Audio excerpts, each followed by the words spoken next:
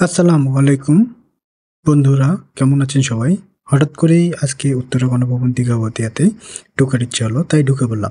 দেখুন, আমার মেয়ে সর্বপ্রথমেই ফুল ছিঁড়া শুরু করলো এবং ৩ টে করে ফুল ছিঁড়ছে।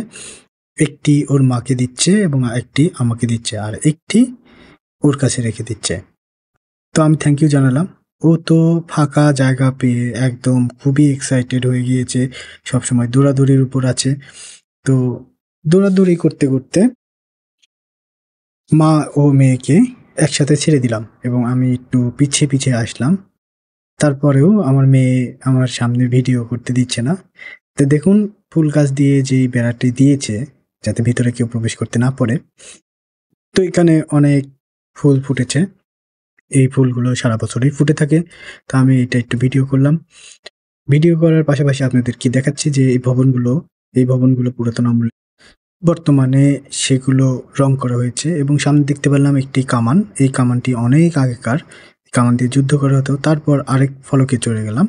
এই ফটকে দেখুন ২ পাশে আবার সেই ফুল গাছ। এই ফুল গাছগুলো দিয়েই বেড়া তৈরি করেছে এবং দেখতে অসাধারণ লাগছে। অসাধারণ লাগছে এবং যাতে ভিতরে কেউ প্রবেশ করতে না পারে, আমি আগেই বলেছি।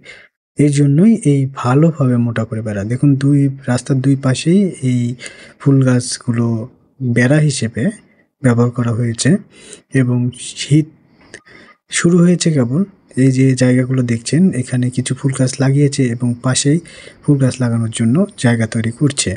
তো দেখতে, দেখতেই হঠাৎ করে তালহার সাথে দেখা। তো তালহা আমাকে বলছে, "ভাইয়া চলো, একসাথে গিয়ে তোমাকে দেখাচ্ছি আরো কোথায়, কোথায় ফুলের গাছ এবং অন্যান্য পশু-পাখি কিভাবে এখানে রাখা হয়, থাকা হয়।" তো দেখতে, দেখতেই এই যে এখানে দেখুন, আপনারা দেখতে পাচ্ছেন যে রাস্তার ২ ধারে কত সুন্দরভাবে ফুলের গাছ রোপণ করা হয়েছিল এবং এই ফুলের গাছগুলো দিয়েই বেড়া তৈরি করেছে এবং অন্যান্য ফুল গাছগুলো চারা হিসেবে নিয়ে আসা হবে। তার জন্য মাটি তৈরি করা হচ্ছে। দেখতে, দেখতেই আমরা হরিণের খাঁচার কাছে চলে আসলাম।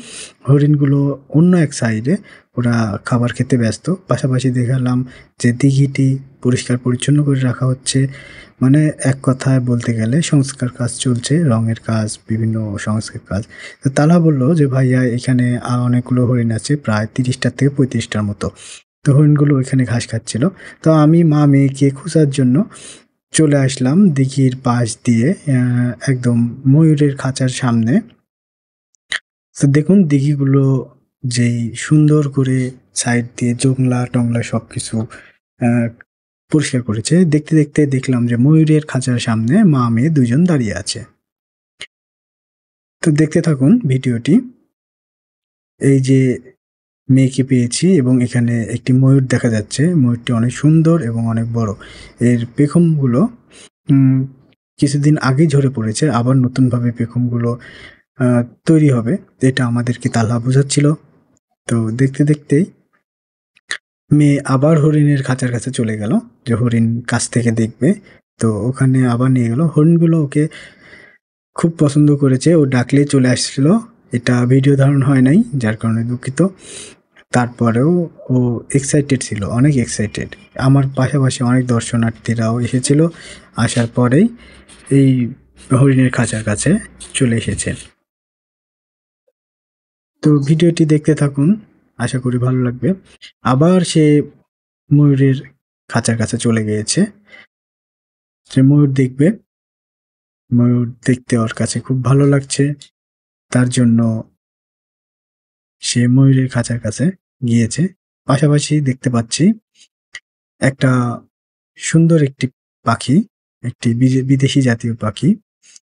এটা নাকি কথা বলতে পারে। এক দর্শনার্থী এই দীঘাপতিয়া রাজবাড়ির জন্য গিফট করে পাঠিয়েছেন। তো ও মনে হয় ভয় পাচ্ছে। ভয় পাওয়ার কারণে ও কথাও বলছে না কোনো ধরনের এবং ওখানে বসে আছে। তো তালহা বলল যে, "এ অনেক সুন্দর করে কথা বলতে পারে।" তারপরে আমরা আরেকটি খাঁচার পাশে চলে গেলাম। গিয়ে দেখলাম যে এখানে কিছু কবুতর রাখা আছে এবং একটি কবুতর নিচে শীতের কারণে মনে হয় ঝিম পাড়ছে। যত সম্ভব একে বলল যে একে মেডিসিন দেওয়ার প্রয়োজন। এইটা তালহা আমাদেরকে বলল। তো ও ওখানে কাজ করার জন্যই এক ধরনের সবকিছু ডিটেলস আমরা জানতে পারলাম। উপরে দেখেন অনেকগুলো কবুতর। এর পাশেই দেখলাম খরগোশের একটি খাঁচা। এখানে অনেক সুন্দর লাগছে খরগোশগুলোকে। ওরা এক জায়গায় শীতের কারণে এক জায়গায় হয়ে সংঘবদ্ধ হয়ে বসে আছে। তো আমিও এটা ভিডিও করে নিলাম। তার পাশেই দেখলাম বানরের খাঁচা।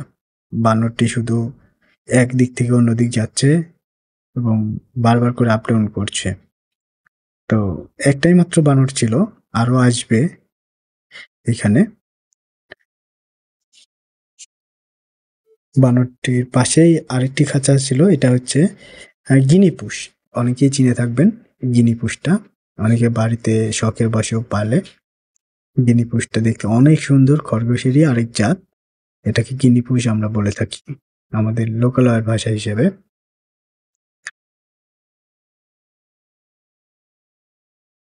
এই যে দেখতে পাচ্ছি যে ময়ূর এখন একটু শুয়ে আছে। তবে এখানে পাখি অথবা কোনো জীবজন্তুকে কখনোই করতে পারবেন না, জ্বালাতে পারবেন না। তার পাশেই দেখলাম আরেকটা অচেনা একটা পাখি।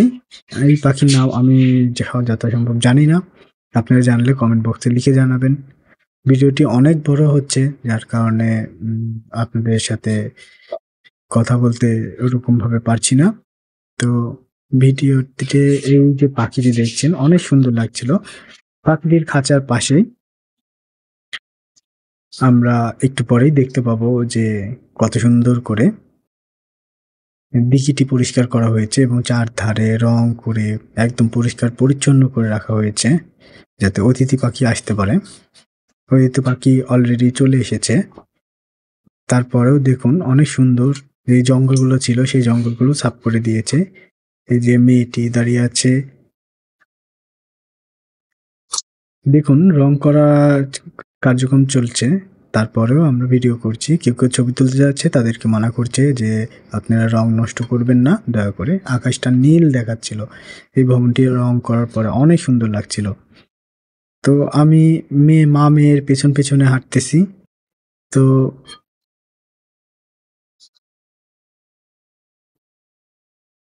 হাঁটতে হাঁটতে দেখলাম যে জাদুঘর, দীঘাপতিয়া রাজবাড়ির জাদুঘর। সেই রাজবাড়ির জাদুঘর আপনাদেরকে দেখাচ্ছি। এই যে সেই জাদুঘর। এই জাদুঘরের মধ্যে দীঘাপতিয়া রাজবাড়ির যেই সমস্ত জিনিসপত্র ওগুলো সংরক্ষণ করে রাখা হয়েছে। তো এখানে ইচ্ছা করলে কেউ প্রবেশ করতে পারবে টিকিটের মূল্য দিয়ে। এখানে দাঁড়িয়ে অনেকে অনেক কিছু বলে। তো এখানে দেখছি ফাঁকা মাঠ। ফাঁকা মাঠে অনেক দর্শনার্থীরা এসে বসে থাকে, একটু রেস্ট নেয়। এই যে ভবনগুলো নতুনভাবে আবার সংস্কারের কাজ চলছে এবং রং করা হচ্ছে। যে রং মিস্ত্রি, আমার মেয়ে তো একাই সব কিছু ঘুরে ঘুরে দেখছে, ছোটাছুটি করছে, ওকে ধরাই দায় হয়ে পড়েছে। তো পাশাপাশি দেখুন এই যে গাছগুলো, এই গাছগুলো অনেক আগেকার পুরাতন গাছ, আমের গাছ এগুলো। তো এই আমের গাছগুলো সেই রাজার আমলেই লাগানো হয়েছিল। আজকে দেখুন অনেক বড় এবং অনেক বয়স হয়ে যাওয়ার কারণে এইটাতে অনেক পরজীবী গাছ বাসা বেঁধেছে।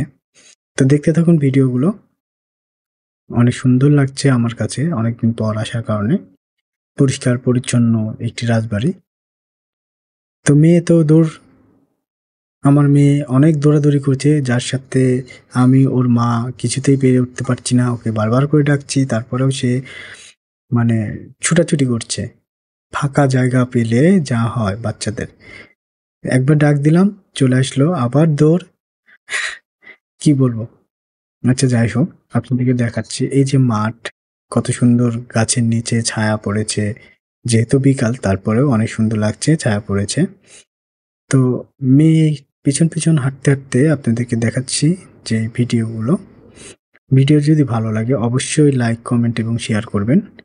সবার জন্য অনেক অনেক ধন্যবাদ এবং ভালোবাসা রইলো। আশা করি পাশে থাকবেন এবং আমাকে সাপোর্ট দিবেন। ধন্যবাদ সবাই।